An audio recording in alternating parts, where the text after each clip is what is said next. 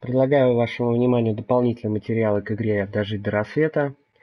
А, Единственное, что придется читать субтитры, потому что доп. Материалы переведены только субтитрами.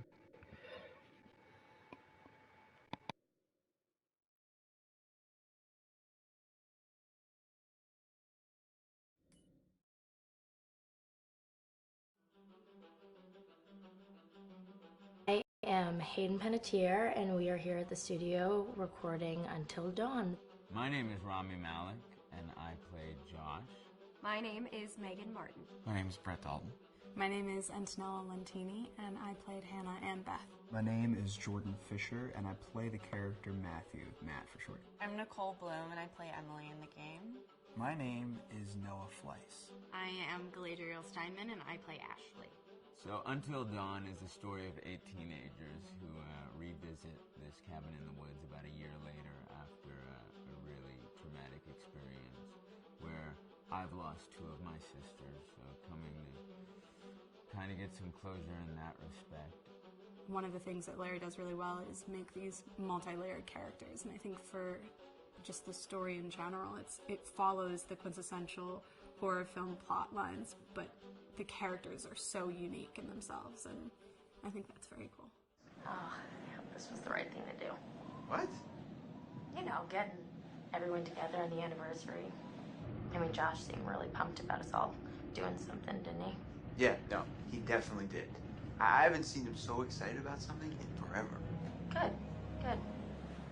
Sam and I have a few things in common, such as being huge lovers of animals, and she's a huge animal lover. She's vegan. She is a pacifist. I'm not quite sure if I'm gonna go as far as saying that I'm a pacifist, but she's spunky and cool. I know that she, I think, is made fun of a little bit by the rest of them who think that her morals and her beliefs in that area are a little ridiculous and they don't agree with them, but she doesn't care. It doesn't stop her from being herself, and that's something that I hope I have in common with her.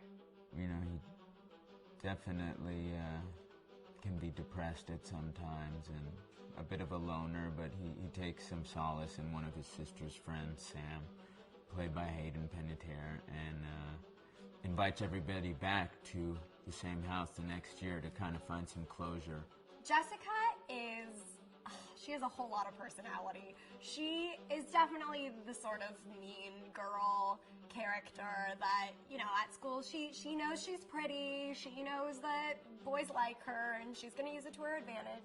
He's got a big heart, and you can tell that that's very evident, especially how he treats his girlfriend, Emily, and, you know, he's kind of a meathead, but in the best way possible. She really knows what she wants, and she manages to get that from whomever it is, whether it be Matt or Mike. You know, she's really driven, and I can definitely relate to that. My character is Chris, and he is what society might consider the nerd of the group, and he kind of embraces it. Ashley she's a little more serious than some of the other girls. She's definitely very intelligent and thoughtful. She kind of looks at the whole big picture of things. She's not quite as geeky as Chris, but they connect in a lot of ways. Mike is like big guy on campus. He's the class president who has some charm and has a brain, and I don't know, people seem to like Mike. He gets away with a lot, though. He can be kind of jerky. The fact that he really just kind of wants everyone to be happy, and he's a people pleaser, and I can definitely attest to being, you know, that guy. I'm always the friend that wants everybody to be happy and wants everybody to be taken care of, and that's definitely Matt. But also, like, this character is just so fun. I rarely get to play the bitch, and so it was really fun to do that. The spirit of things, seriously, what's wrong with you? I'm just trying to lighten the mood, Em. Don't be like that. Like what? The way you're being. You always get like this. I just think this is just the coolest thing to be a part of, and I just think it's going to take the world by storm. I really do. I think this genre is the wave of the future, And I think that once people see the potential behind it, of getting to interact with the drama that you're witnessing unfold in such a realistic way, that this is how entertainment's going to be from now on.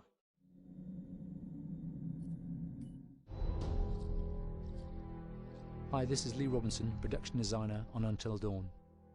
The production design for Until Dawn started with the great teen horror script that sets the characters in a Canadian winter mountain lodge, being a contemporary setting with visual clues derived from classic films of that genre, such as Hitchcock's Psycho and Stanley Kubrick's Shining. The storyboards are vital to the production design, as it allows the designer to understand the scale of the environments to be made and the detail that would be seen to create the atmosphere of a horror.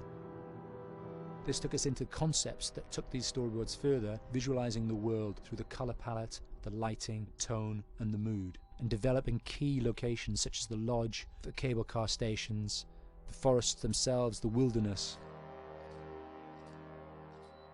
As you can see, the environments and atmospheres change quite a bit from warm and inviting to cold and threatening. The Millionaire's Mountain Lodge was a key example. It was designed to be made from nearby stone and timber, embedding it into the landscape, with a contrasting and contemporary interior needing to be opulent and extravagant. We created dark and claustrophobic corridors with ominous and large open spaces, almost cathedral-like in size, and with huge structures to silhouette and dwarf the characters within, providing a labyrinth to explore and wander. Each character was developed with a strong visual identity in mind, with contrasting colours, tones and silhouettes to identify them, each to have their own texture, pattern and shape, so that when they were lined up you could always identify them. The costume designs allowed a range of clothes that would suit them for the cold winter weather, but also have an element of style and individualism, so that the audience could look at them and relate, recognizing themselves within them. A lady would like to cuddle up with her man by a nice cozy fire bathed in atmospheric mood lighting. Right. It'll get plenty toasty once we're rubbing up against each other. Mike? Yeah. Fire and mood lighting. Yes. Working with the lighting artists, we really brought the look and feel of the world together, and this required a thorough understanding of the visual language of teen horror. A key scene was where all the characters emerge out of the rear of the lodge chasing Hannah. A contrast is evident straight away from the exterior wilderness to the warmth of the lodge. The attention to character lighting here is through the bounce and rim lighting, accented colours and composition, creating characters that come from the dark into the light and back again with an emotional effect. Guys, there's someone outside. What the hell? Hannah! What's going on? Where's my sister going? It's fine. She just can't take a joke. It was just a prank, Han.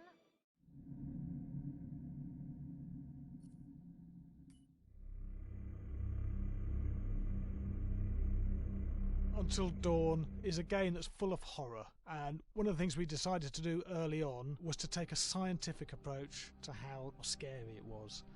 So we did experiments on people and we measured their responses to the game. We've created a test area. It's as close to a home setup as we can get it. We've recruited ordinary people to play the game and we've left them to play it on their own. You're turning the light off.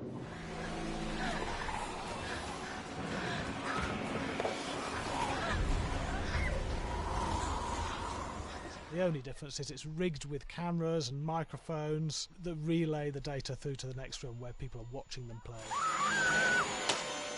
Bracelet here we use for biometric testing. It measures the player's emotional response. It's called a galvanic response sensor. It makes contact with the user's skin and it measures the electrical conductivity across their skin. It's the same principle as an old-fashioned lie detector. When you're stressed, you sweat a little, very sensitive, and picks up tiny changes if the player is feeling anxious or scared. That data's fed back to a testing team, comes through as a graph.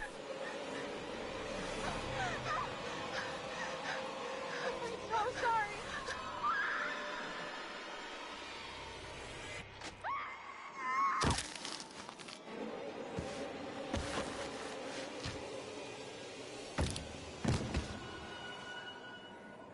There's no point testing one or two people, you have to test a lot of people. Hey, watch your step.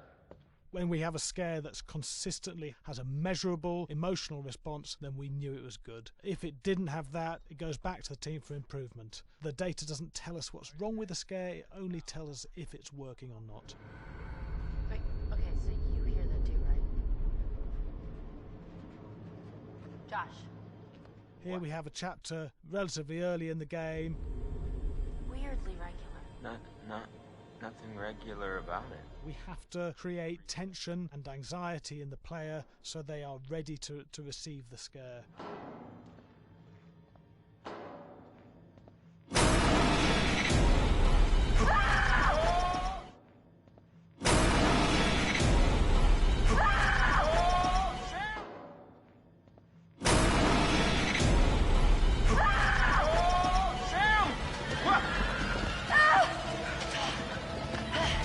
Give the player time to recover, to cool down, to calm down, and then start building the tension again before we do the next scare. Hey. What? Hey. What the hell? Ooh, you just got mumps.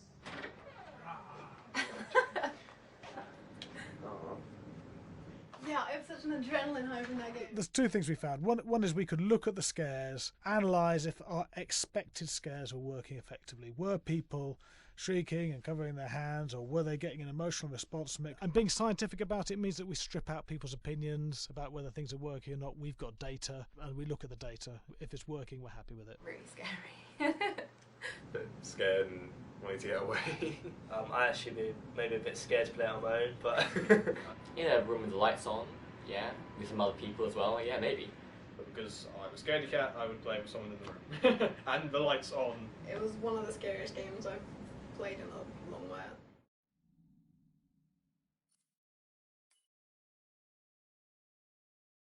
Hi, Larry. Hey, Graham.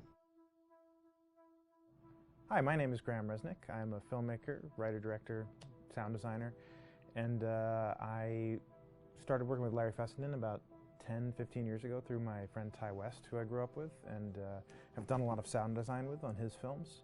And he was producing Ty's films at the time, and Ty introduced me to Larry. Larry produced my first feature, and we've written together on several projects. My name is Larry Fessenden. I'm a filmmaker. I run Glass Eye Pix, which is an independent production company out of New York. We make indie movies, a lot of scary movies as well. And I got a call to audition to write this video game.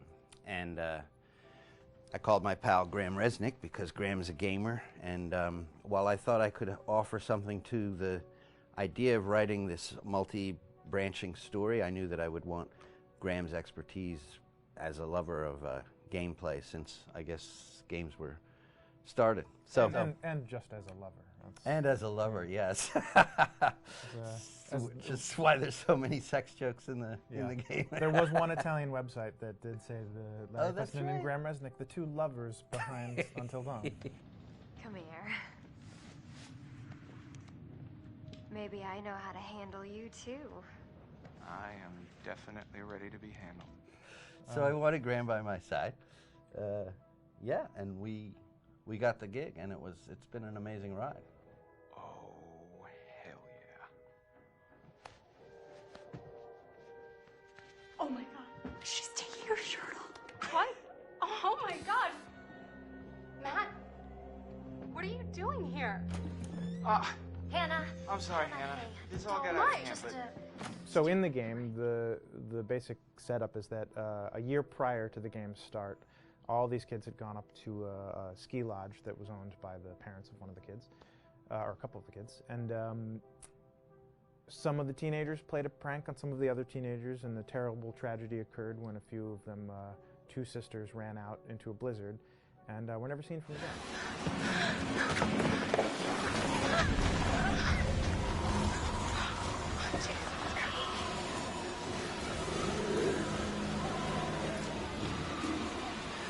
So now, a year later, this is kind of torn apart, this group of friends. They've gone through some trials and tribulations in the past year. The brother of the two girls has had a lot of psychological issues, and to kind of help him cope, and help them all get over it, they all return to the lodge a year later, back up on the mountain. And the idea is to get over it, but... the healing does not begin. Yeah, and these kids are all trying to find themselves. They've been through a trauma, but in general, they're just teenagers trying to figure out who they are. So they're all kind of falling into the patterns, the stereotypes, the characters they see on TV and in the movies. I think we were very interested in taking genre tropes and kind of making them sort of refresh them.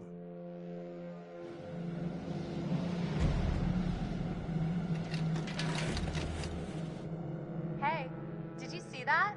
Dad said it'd just be us this weekend. We're familiar with how slasher movies work. Most people have seen some horror movies, and we have established notions and preconceptions about the roles of the players in horror movies and how they talk and how they get killed and how they have sex. And to bring you into the game that way and then subvert a lot of those expectations was kind of our goal. They're haunted by some incident that happened in their past, which I think you pretty much figure out that that's going to have a role in their interaction. Yeah, so I think what was fun was we take some sort of stock characters and we try to give them some shape, but at least at the beginning they're recognizable in the way of groups of friends. There's the jock and the bitchy girl and the rivalries between everyone. And oh my gosh, and really fun characters too. We just had so much fun living in the minds of these characters through writing the script. What do you think? Jesus! It was fun. I think we were looking to get that kind of banter that you see both in movies, but also that you absolutely have with friends and sort of those inside jokes. And of course, as writers and as friends ourselves, we sort of developed little tracks and we try to give the characters that kind of vibe.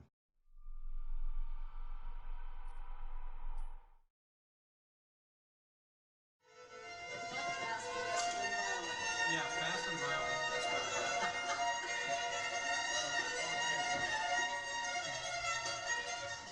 All right, from the top.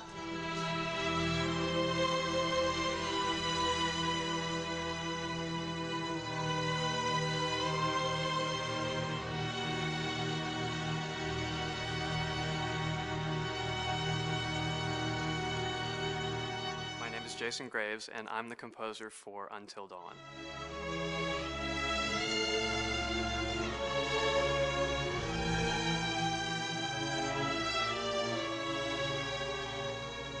I've been involved with Until Dawn for about a year now.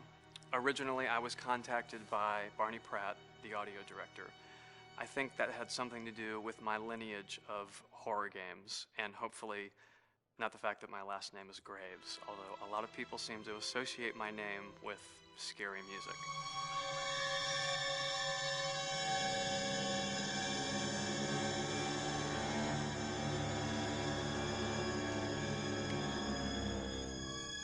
One of the things that was really exciting about working with Barney and the team at Supermassive is they really wanted something unique for the music. They wanted the music to stand out and be a character on its own in the game.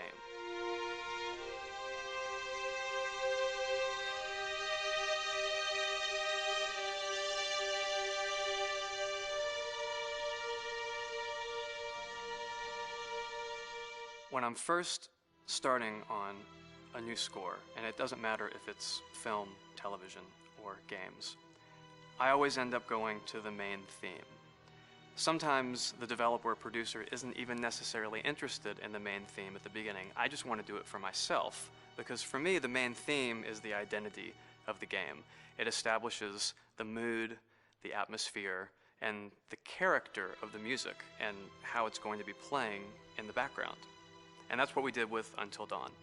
That was actually my demo pitch to Supermassive Games. I put a main theme together, recorded all the instruments at my studio, and sent it to them. And they liked it.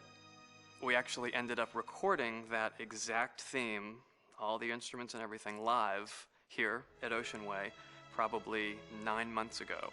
And that's what we've been using in all the demos for the game, and that's the final version of the theme that is the main theme that you'll hear on the menus and in some key pieces of gameplay.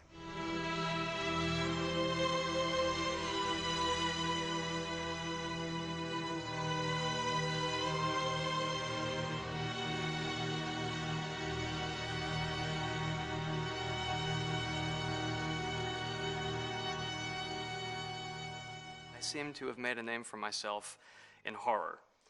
And there's something about scary music, I think it's maybe the lack of rules. The biggest rule in scary music is there are no rules, so you can do anything you want, and actually, if you end up doing things that don't feel like they would work out together, they kind of clash, and it ends up being even more effective for scary music.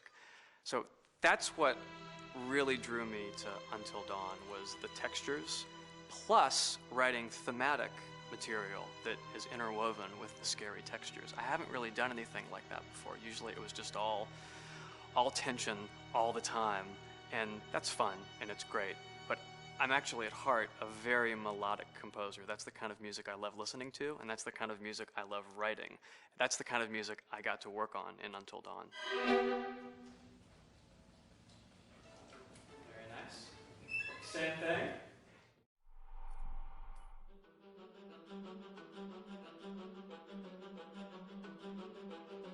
My name is Will Biles, Executive Creative Director of Until Dawn. The first part of getting a believable facial performance in-game is to capture, topographically, the actor's range of emotional expressions as separate versions of the same head. Every tiny nuance gets digitized and merged, effectively creating a model that can recreate every facial movement that the actor makes. Once the topography has been recorded, the actor's performance itself can be captured by using a predetermined set of marker points, drawn precisely on the face, and a high-def helmet cam, wirelessly linked to capture devices. The camera is the small box where it looks like the microphone should be. Outro Sam. Mark. It records in high def the movement of the dots throughout the performance that will drive the expressions captured earlier.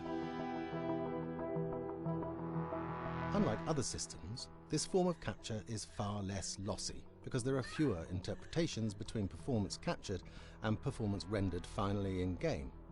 The audio is also recorded via two separate lavalier mics attached to the helmet. It takes a while for the actors to acclimatize to carrying around the recording devices and the helmet cams, but very soon the shoot becomes similar to any other effects shoot or a green screen shoot. The actors in these scenes are only recording facial animation, but use cursory body movements for pacing.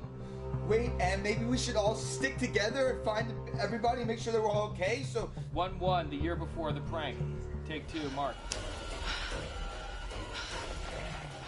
Other than the other actors, they have to use their imagination for everything and everywhere that they are supposed to be seeing and feeling. Idiot! So dumb! From a hot midday studio in Los Angeles to a freezing midnight mountain in British Columbia.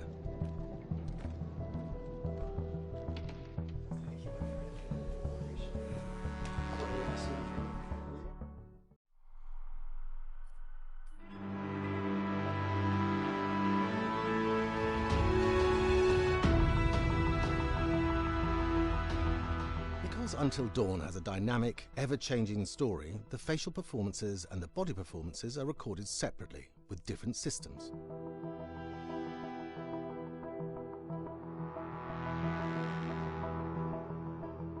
With the body capture, we use reflective bead suits and an infrared camera matrix system that drives the CG bone hierarchies in our character models.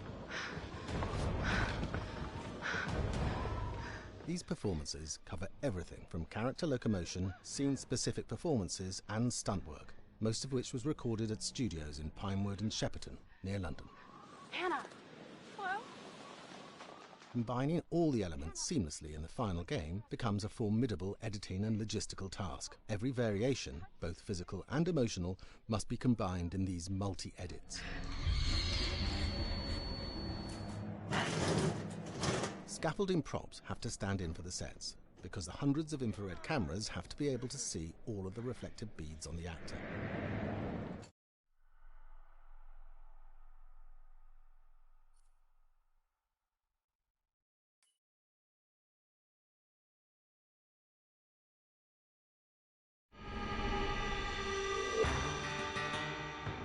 America's North Woods border region.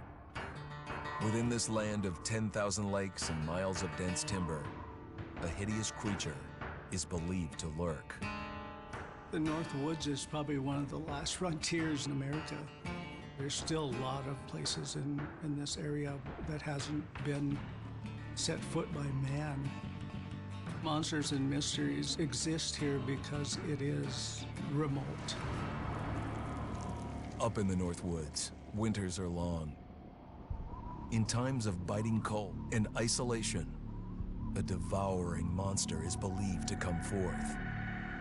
It's terrorized native people for generations. Growing up, I was told, like, don't go outside, the Wendigo will get you.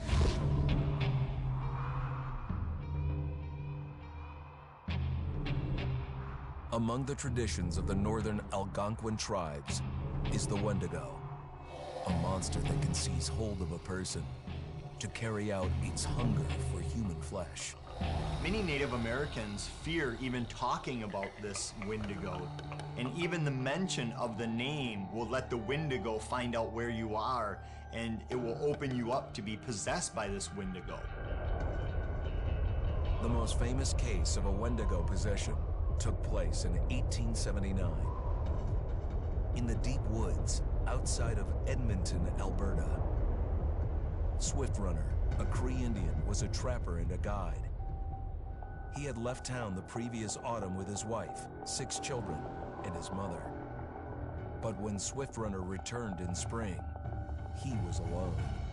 Swift Runner came into a nearby village telling this heartbreaking tale. I had to watch them starve to death. Of his family being killed by starvation, and that he was the only survivor. My whole family gone. It wasn't hard to understand a family falling victim to a brutal winter. To even not. Yet something was suspicious about Swift Runner. He was a strapping man, and he came into town weighing over 200 pounds. It didn't look like somebody who had just weathered a terrible winter. He wasn't malnourished, didn't look like he was starving. He looked healthier than ever. After a few nights, it became clear that something was wrong. He started having night terrors, screaming in his sleep. I am the Wendigo! Villagers alerted the police. Swift Runner actually guided them back to his winter cabin. When they got there, that's when they saw the true horror.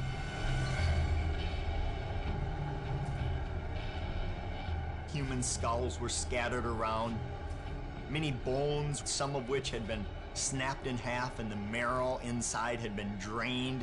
They had never seen anything like it. Swift Runner had killed his entire family, shooting them, hitting them with an axe, strangling, and then eating most of their bodies.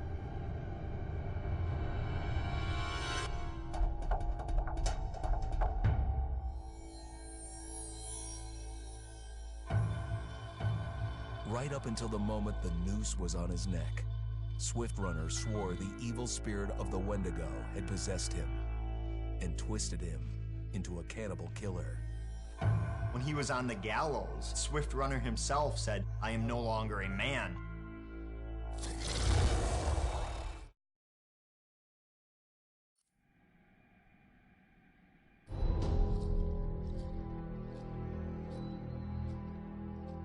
Just move over there. Go on, move.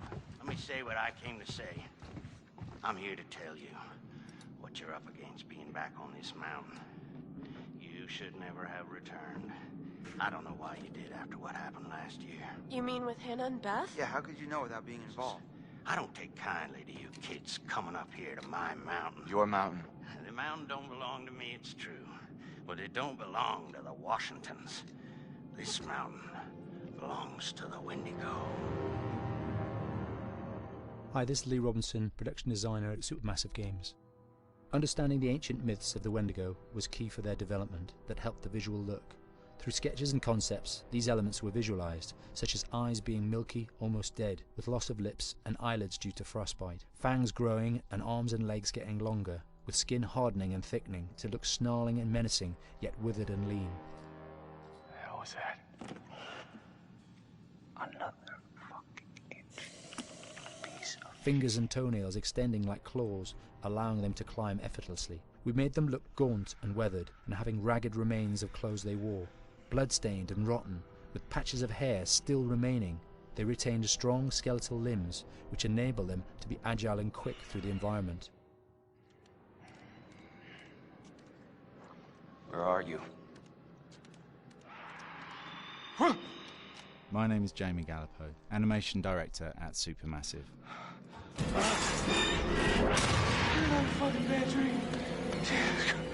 The overall direction on the creature was to be very strong, to be extremely fast. We wanted a spider-like movement to the creature. 1 minute scampering to leaping and then crawling, almost instantaneous. And finally, we wanted the creature to have this real, uncontrollable thirst for flesh.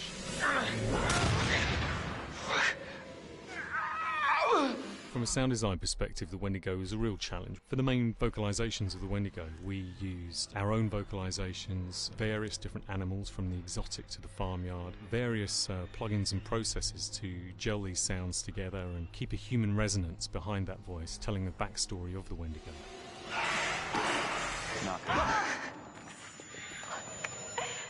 During the chase sequences, the anger of the Wendigo is felt by encircling breaths, screams and screeches that essentially chase you as you're being chased by the Wendigo.